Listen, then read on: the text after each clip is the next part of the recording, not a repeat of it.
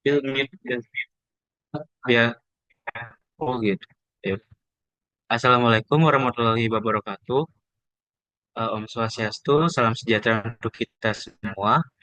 Pada kesempatan kali ini, kami dari kelompok akan mempresentasikan hasil tugas kami terkait penetapan tujuan, rencana pemasaran, dan waktu pelaksanaan pengaturan tujuan dalam rencana EMC. Sebelum itu, izinkan saya untuk memperkenalkan kelompok, mulai dari saya, Gusti Madia Agus Madiarta dengan NIM 1040123309159.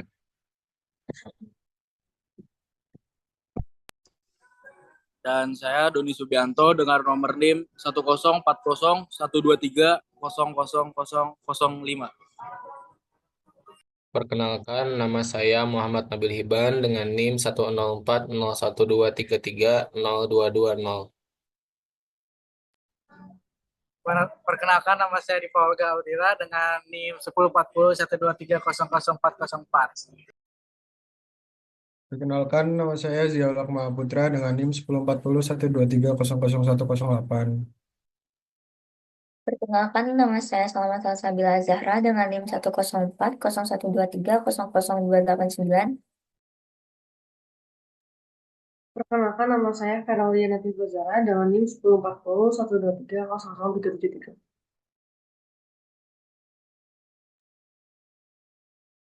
Baik, tanpa menunggu lama lagi, mari kita mulai presentasinya.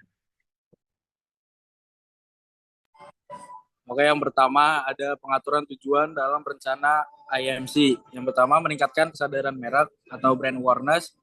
Kesadaran merek atau brand awareness adalah tingkat pengakuan konsumen terhadap suatu produk berdasarkan nama mereknya, mencakup kemampuan pelanggan untuk mengenali dan mengaitkannya dengan produk atau layanan tertentu. Kesadaran merek menjadi elemen penting dalam pemasaran untuk membangun pengakuan dan asosiasi positif terhadap merek di pasar.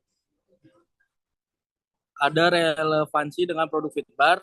Kesadaran merek adalah langkah penting bagi Fitbar untuk dikenal di kalangan target pasar yang peduli dengan gaya hidup sehat. Strategi seperti kolaborasi dengan influencer dan kampanye media sosial dapat meningkatkan pengenalan merek di antara konsumen yang mencari camilan sehat.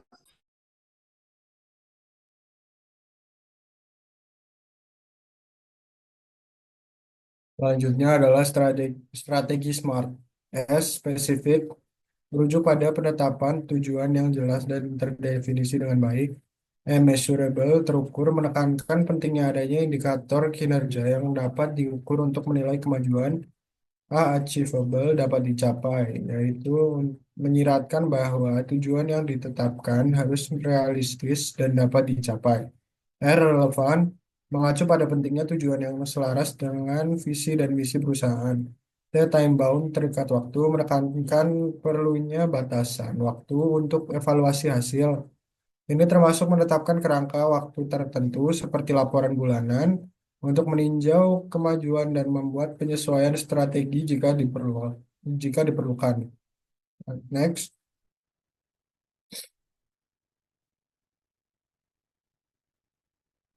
Meningkatkan kesadaran merek. Berikut adalah tabelnya, strategi dan implementasinya.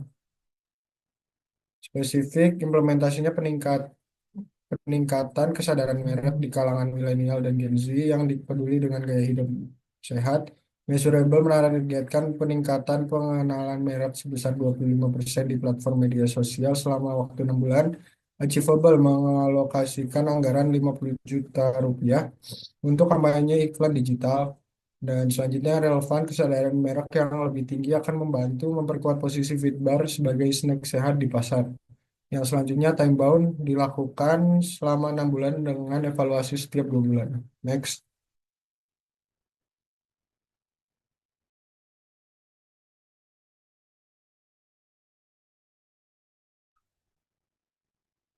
Pilihan yang kedua adalah meningkatkan keterlibatan pelanggan atau customer engagement. Menurut Jurnal Sains dan Seni ITS pada tahun 2016, customer engagement adalah keterlibatan pelanggan melalui interaksi dengan merek seperti komunikasi, partisipasi pembelian, dan advokasi. Keterlibatan ini menciptakan hubungan emosional yang kuat berdasarkan kepercayaan, komitmen, dan loyalitas, yang berujung pada hubungan jangka panjang serta rekomendasi berkelanjutan. Nah, apa sih relevansinya dengan Fitbar? Jadi, relevansinya itu adalah dengan melibatkan pelanggan melalui konten interaktif seperti kontes atau polling. Fitbar dapat membangun hubungan yang erat atau meningkatkan kemungkinan konsumen merekomendasikan produk. Pendekatan ini sejalan dengan tren saat ini, di mana keterlibatan aktif itu dapat memperluas jangkauan merek secara signifikan. Untuk meningkatkan eh, customer engagement, eh, melakukan strategi yaitu SMART. Sama seperti sebelumnya, yaitu ada spesifik dalam implementasi ini adalah meningkatkan interaksi pelanggan di Instagram melalui konten interaktif. Yang kedua, measurable, yaitu mendapatkan peningkatan keterlibatan sebesar 15% seperti like, komen, dan share dalam 3 bulan pertama. Yang ketiga, achievable, yaitu melibatkan tim media sosial untuk menjalankan kampanye dengan alokasi anggaran 10 juta untuk promosi konten. Yang keempat ada relevan, yaitu interaksi yang lebih tinggi akan memperkuat loyalitas pelanggan dan membangun komunitas merek yang aktif. Dan yang terakhir ada time bound, di mana dilakukan dalam periode 3 bulan dengan laporan hasil setiap bulannya.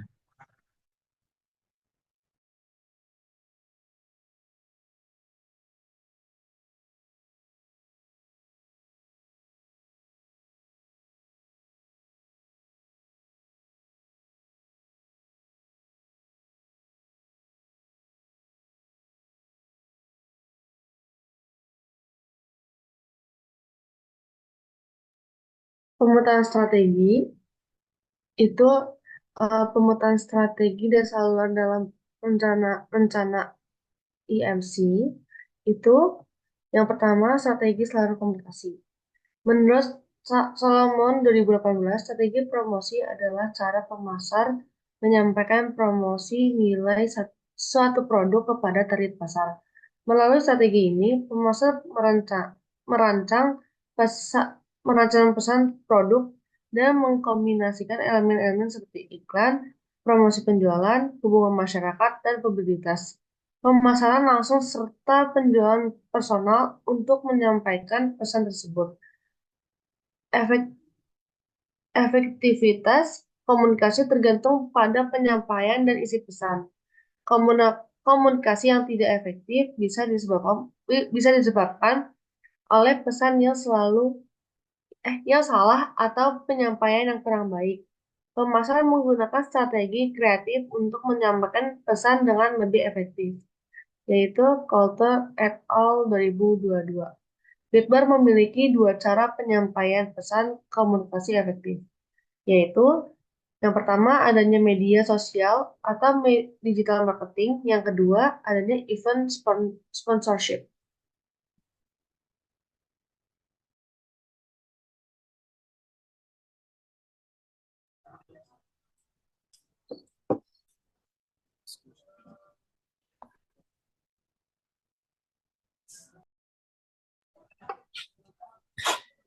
Yang pertama itu ada media sosial atau digital marketing.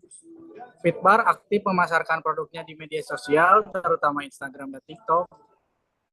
Di Instagram, mereka membuat konten kreatif untuk meningkatkan kesadaran masyarakat tentang produk. Bekerja sama dengan influencer, atlet seperti LG Argamashi dan Fernando Lumain, serta memberikan informasi tentang produk baru dan acara olahraga yang disponsori. Di TikTok, meskipun jumlah konten lebih sedikit, Fitbar memanfaatkan fitur live streaming untuk menjelaskan manfaat produk, menjawab pertanyaan konsumen, dan memberikan penawaran khusus. Selain itu, mereka melakukan endorsement dengan kreator konten untuk memperluas brand awareness dan membangun kepercayaan melalui rekomendasi dari figur kredibel di komunitas TikTok. Next slide.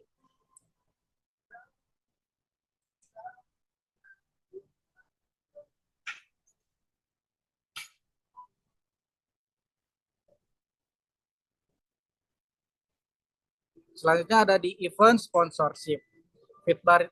Fitbar ini aktif mendukung acara olahraga melalui sponsorship untuk mempromosikan produk kepada target pasar yang menjalani gaya hidup sehat. Salah satu acara terbaru yang disponsori Fitbar itu Borobudur Marathon 2024, di mana Fitbar membuka booth untuk menjual produk dan menciptakan pengalaman interaktif bagi pengunjung dengan permainan kecil dan door prize menarik. Strategi ini berhasil meningkatkan keterlibatan peserta dan memperkuat citra positif merek serta membangun hubungan lebih dekat.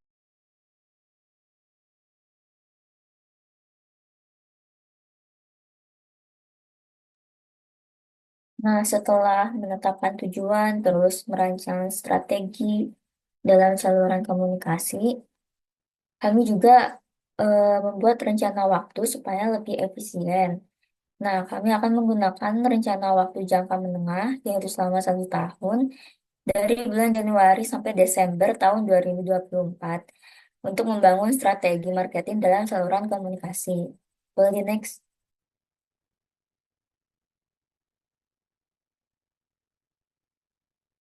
Nah, ini adalah timeline-nya untuk rencana waktu jangka menengah. Dari bulan Januari sampai Februari, eh, kami akan Fitbar akan mengupload campaign tahun baru, yaitu tentang resolusi tahun 2024, giveaway, lalu konten kreatif. Lalu pada bulan Februari kemarin, Maret akan mengadakan event yaitu Fitbar Run Challenge. Awal-awal mulanya itu Fitbar bakal membuka rekrutmen dulu untuk para atlet. Lalu pada bulan Maret ke bulan April sampai bulan Mei ke Juni, enggak, sampai bulan Mei, Fitbar mengupload media, yaitu membuat konten Ramadan, terus membuat konten kayak konten-konten kreatif dengan target audiensnya itu pekerja kantoran untuk dan membagikan giveaway. Terus pada bulan Mei 2024 sampai bulan Juni mengadakan event Fitbar Run Challenge yang tadi untuk 40 atlet yang udah terpilih. Lalu pada bulan Juni sampai pada bulan Juni Fitbar mengadakan kolaborasi dengan influencer yaitu Arga Hespati, terus Gozali, Diki Fernando, Sultan Gozali, dan Sukroj Putra. Terus pada bulan Juni ke bulan Juli itu mengadakan event lagi dengan dengan Mandiri, yaitu Mandiri Jogja Marathon. Lalu membuat media pada bulan Agustus, pada bulan Juli sampai Agustus, dan mengadakan event lagi di bulan Agustus yaitu Maybank Marathon 2024. Bulan next.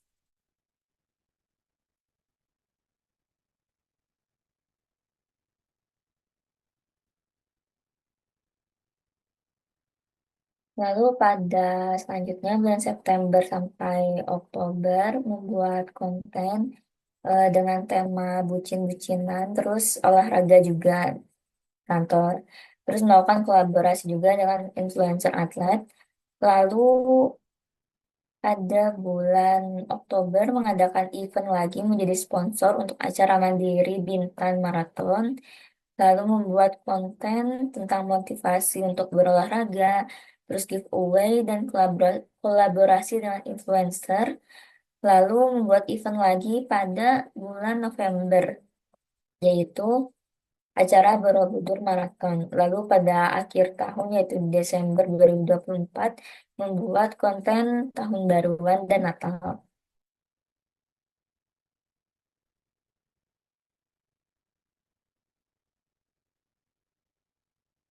Oke, yang selanjutnya kita masuk ke bagian analisis dan rekomendasi. Di sini tuh ada yang pertama ada analisis saluran komunikasi. Jadi kan tadi itu disebutkan kalau ada dua. Yang pertama itu media sosial. Nah, kalau Fitbar sendiri ini udah sering melakukan saluran komunikasi melalui dua platform ini, Instagram sama TikTok. Fitbar aktif di platform media sosial, terutama dua ini, yang memungkinkan mereka untuk menjangkau audiens yang lebih luas. khususnya generasi milenial dan Gen Z. Isi konten yang kreatif dan kolaborasi dengan influencer atlet membantu meningkatkan engagement dan brand awareness pada pada pembeli. Hal ini tentunya sudah selaras dengan yang dikatakan di buku Kotler, yaitu para pemasar menggunakan berbagai strategi kreatif untuk menerjemahkan pesan mereka ke dalam bentuk komunikasi tertentu. Kemudian ada event sponsorship. Fitbar terlibat dalam sponsorship acara olahraga yang relevan dengan target pasar mereka yang peduli akan gaya hidup yang sehat. Ini memberikan kesempatan untuk berinteraksi langsung dengan konsumen dan membangun hubungan yang lebih dekat kepada konsumen. Namun, apabila ketergantungan pada event fisik dapat menjadi resiko jika terjadi pembatalan pada event tertentu atau mungkin pembatasan disebabkan oleh faktor eksternal, contohnya pandemi.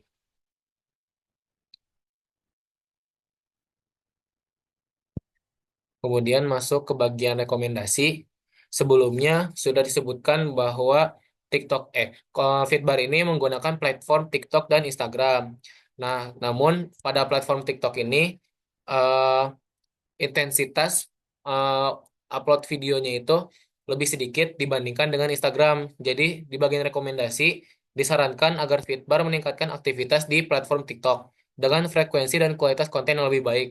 Fokus pada video pendek yang menarik dan rutin menggunakan fitur live streaming untuk interaksi langsung dengan para audiens. Selain itu, diversifikasi jenis event sponsorship dengan berpartisipasi dalam acara gaya hidup sehat dapat membantu menjangkau audiens yang lebih luas. Pengembangan konten ini juga yang berbentuk edukasi tentang manfaat kesehatan produk Fitbar sangat dianjurkan untuk menarik perhatian yang lebih banyak pada orang-orang. Nah, terakhir, penting untuk melakukan analisis dan pemantauan kinerja kampanye pemasaran secara berkala agar strategi dan alokasi anggaran dapat disesuaikan dengan hasil yang diperoleh.